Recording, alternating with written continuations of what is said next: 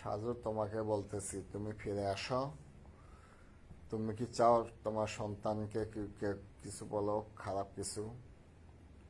তুমি কি সন্তানের ভালো চাও না? তোমার ছেলের ভালো চাও না? তুমি ফিরে আসো। মা ছাড়া সন্তান ভালো থাকে না, বাপ ছাড়াও থাকে না। তুমি কি চাও সে কথা শুনুক আমাদের মতো?